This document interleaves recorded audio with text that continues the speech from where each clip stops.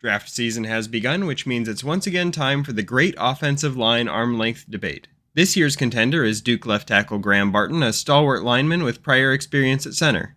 How does he measure up to other recent tackles projected inside?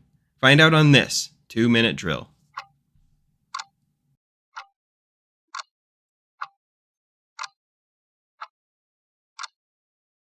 Barton's most obvious trait is his flexibility. On combo blocks, Barton easily dips low enough to dislodge the down defender before sparking into the second level to erase the linebacker for a clear lane. On pulls, he makes the distance even from a tackle position, and his hips are smooth enough to flip and seal his defender out. When blocking in motion, such as on reach blocks, he shows proper footwork to maintain his initial burst and land his block with force. Barton's hand placement is typically quite good, framing his block to establish control with the speed and balance to recover should his framing be broken. There were also rare occasions on tape when he would align inside against interior defenders with his anchor and hip torque, leaving these matchups particularly one-sided in his favor. His agility makes up for his lack of raw power in pass blocking in college, but against faster rushers in the NFL, a number of issues may arise.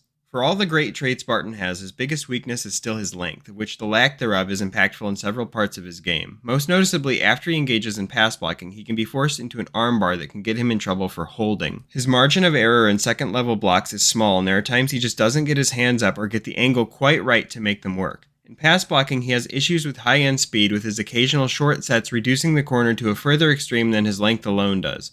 Barton at times unconsciously lets his hands drift too far out on initial placement, allowing defenders into his chest. Barton is also a late reactor to blitzes and stunts outside and will panic when placed in those situations. My comparison for Barton is former Raven Marshall Yanda. Like Barton, Yanda spent his college career outside at tackle. As a prospect, he had questions of strength and issues with reacting to late rushers, and his build prevented him from being a truly lockdown offensive tackle. In the NFL, Yanda moved inside to right guard, but still maintained the versatility to kick out to tackle. Yanda showed more tenacity as a finisher than Barton does, so don't expect as many of the steamrolling blocks where he carried defenders away from the action. In the NFL, I think Barton is both position and scheme versatile, but his best fit is likely at guard or center on an RPO-heavy zone blocking team such as Tampa Bay or Buffalo. I expect Barton will probably be drafted in the late first or early second, where the bulk of teams in need of interior line help have picks. And that's the 2-minute drill.